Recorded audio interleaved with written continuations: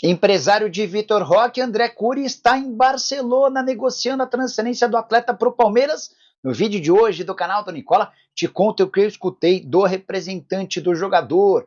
Preciso te atualizar também sobre o Flamengo, que rejeitou 166 milhões de reais por Gerson. Tem ainda novidade importante no Cruzeiro, Matheus Pereira é alvo do Zenit. Para completar, Pedro Raul pode pintar no Ceará. Tem ainda novidades sobre os atletas que se reuniram para brigar contra o gramado sintético. As saideiras, ainda falo sobre Roberto Firmino e sua preferência, Botafogo encaminhando um novo técnico, Santos muito próximo de anunciar Thiago Maia e muito mais. Fala aí pessoal, sou Jorge Nicola, bem-vindos a mais um vídeo do canal, sempre bom ter vocês por aqui. Sem perder tempo, pedir para deixar like, se inscrever no canal e ativar as notificações. Bora começar o vídeo com aquele tradicional giro de notícias que diz respeito ao Vasco da Gama.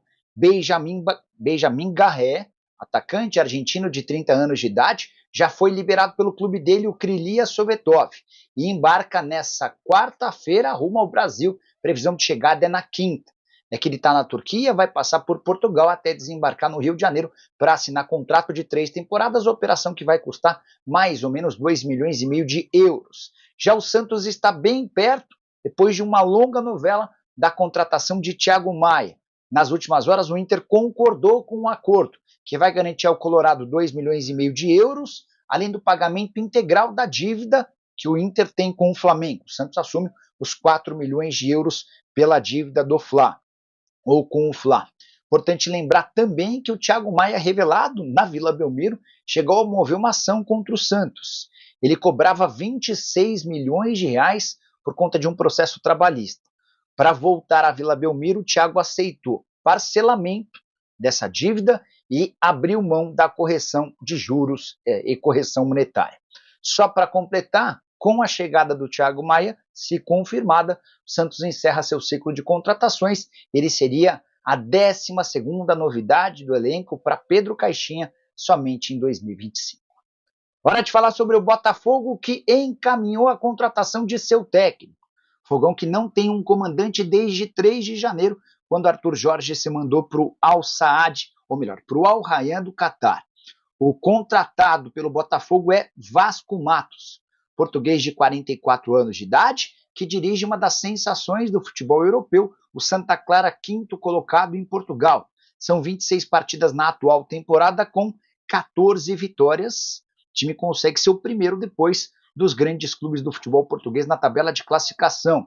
Botafogo que havia tentado uma série de outros nomes, como por exemplo André Jardine, Tata Martino, Rafa Benítez, Tite e Roberto Mantini. Não houve acordo com nenhum desses e a opção acabou sendo por esse treinador português que chegou a ser cotado para trabalhar na Inglaterra exatamente por conta dos bons serviços prestados ou no Santa Clara. Só para arrematar, uma curiosidade, o contrato do Vasco Matos com o Botafogo terá duração de 2 anos e a operação vai custar 1 milhão de euros, valor que equivale à multa rescisória dele com o Santa Clara.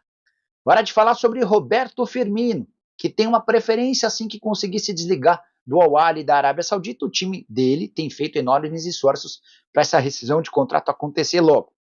Tudo por causa do alto custo do atleta, o jogador que ganha 10 milhões de reais por mês, tem vínculo até junho de 2026 e acaba de ser excluído da lista de inscritos do Campeonato Saudita por opção do Al Ahly.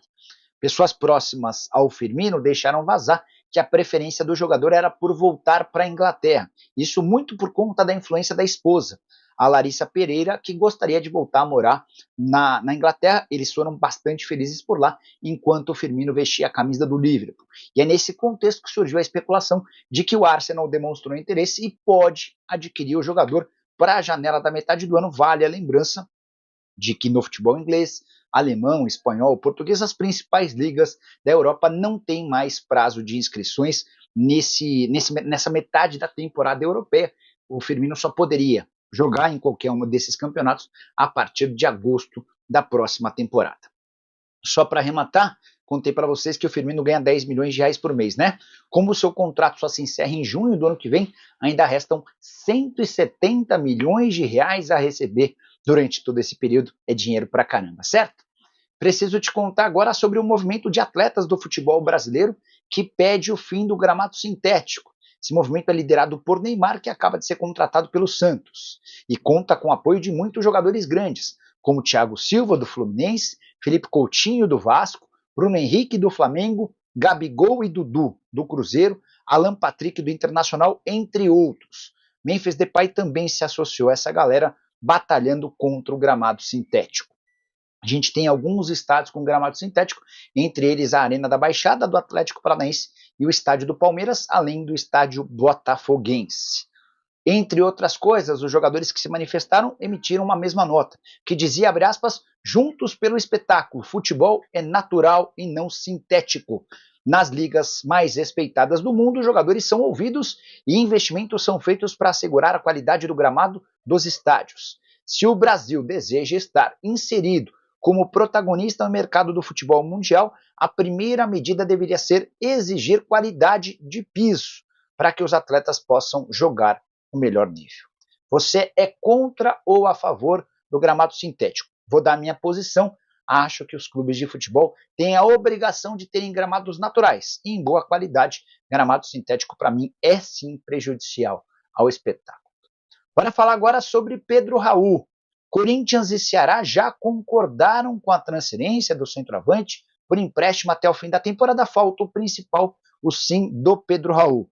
Esse namoro do vovô para com o Pedro Raul é antigo. Num primeiro momento, o Pedro Raul descartou qualquer possibilidade de transferência. O Ceará deu um tempo, foi investir em outros nomes, não conseguiu avançar, até que retomou nos últimos dias as conversas com o Corinthians.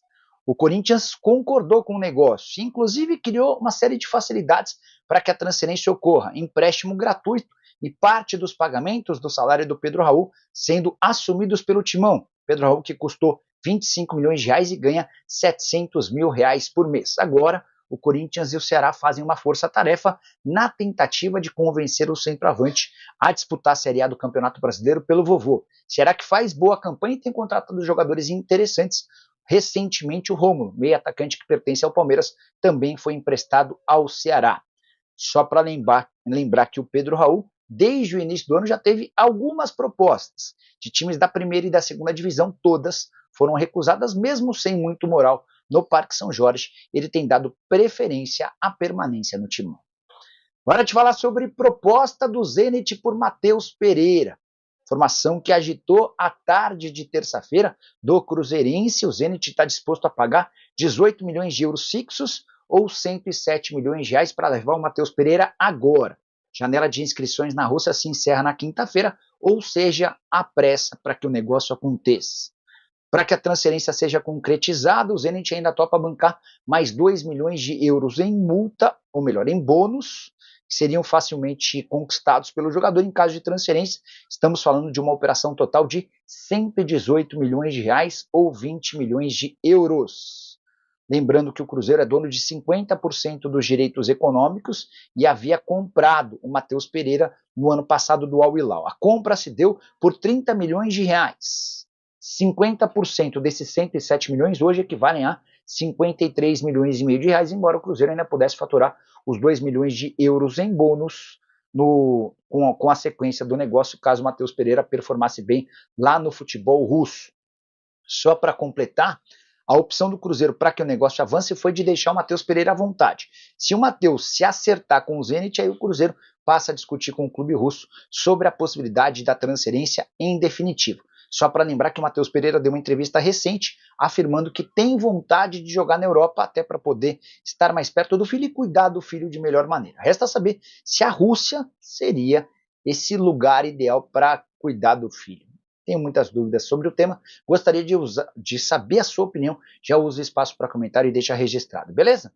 Bora falar agora sobre um outro jogador que esteve nos planos do Zenit, mas permanecerá no futebol brasileiro. Antes de fazer oferta por Matheus Pereira, o Zenit tentou a contratação de Gerson, operação de 28 milhões de euros, que equivalem a 166 milhões de reais.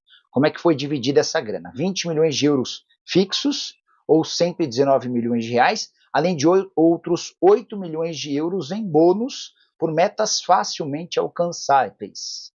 O Gerson não precisaria ser brilhante para que os 8 milhões de euros estabelecidos no contrato fossem alcançados, assegurando um total de 166 milhões de reais ao Flamengo. Ainda assim, mesmo com tanto dinheiro, o Flamengo disse não à proposta do Zenit. Não é que o Flamengo não aceitou a proposta, fez uma contraproposta. O Flamengo descartou o negócio por entender que o Gerson é super importante. Só para lembrar que alguns dias atrás já havia surgido a notícia do interesse do Zenit no Gerson, e o Flamengo fez questão de desmentir o pai do meio atacante. O pai do Gerson participou de um podcast afirmando que tinha sim um interesse, e o pessoal do Flamengo deixou vazar a notícia de que não tinha proposta alguma. Essa proposta apareceu, foi confirmada pelo Fla e descartada no ato. Agora, sem acordo com o Zenit, vai caber ao Flamengo dar um belo reajuste salarial para o Gerson, que não está nem entre os 8 jogadores mais bem pagos do elenco rubro-negro. Bora falar agora sobre Vitor Roque, Palmeiras, Barcelona e Betis. Conversei por telefone com o André Cury, representante do Vitor Roque. O André está em Barcelona tentando acertar a transferência do jogador. O Palmeiras tem pressa, até porque a janela de inscrições no Brasil se encerra em 28 de fevereiro. A última proposta feita pelo Verdão foi de 25 milhões de euros. E existe otimismo no Palmeiras de que esse valor possa ser suficiente. Já o André Cury alega que o Barcelona já gastou com o Vitor Roque 48 milhões de euros. Foram 40 milhões para o Atlético Paranaense, além de 8 milhões de euros com pagamentos de impostos. Até por isso, a pedida inicial do Barcelona foi muito acima desses 25 milhões de euros. De qualquer forma, as partes têm se aproximado. Nesse momento, há uma discussão, por exemplo, do percentual. O Palmeiras querendo ficar com 80% a 90% dos direitos econômicos e o Barcelona alegando que não poderia ceder tanto diante de uma proposta tão abaixo dos 48 milhões de euros já investidos. Perguntei para o André. André, de 0 a 10, qual a chance desse negócio dar certo? Resposta do empresário do Vitor Roque, 6. Essa seria a nota de 0 a 10 para que a possibilidade de acordo acontecesse. Também, segundo o André Cury, ainda nem houve um início de conversas com o Betis, que é para onde o Vitor Roque está emprestado até a metade do ano. O Betis tem tentado criar toda a dificuldade do mundo para tentar levantar alguma grana. Vitor Roque, que perdeu bastante espaço por lá, não joga como titular desde 25 de janeiro e nas últimas 5 partidas só esteve em campo em 39 minutos. Vitor Roque também acabou dando um vacilo, chegando atrasado para uma viagem, nem foi utilizado no jogo seguinte, no outro jogo entrou por apenas 8 minutos, enfim, ele tem forçado a barra para deixar o Betis para jogar no Palmeiras. Existe otimismo entre dirigentes palmeirenses, embora as cifras ainda pareçam um pouco distantes daquilo que o Barcelona pede. Prometo ficar de olho nessa história, enchendo a paciência do André Cury em busca de mais notícias. Se curtiu o vídeo, não esquece de deixar like, de se inscrever no canal. A gente se encontra às 7h30 da noite. Tem programa do Nicola. Tchau!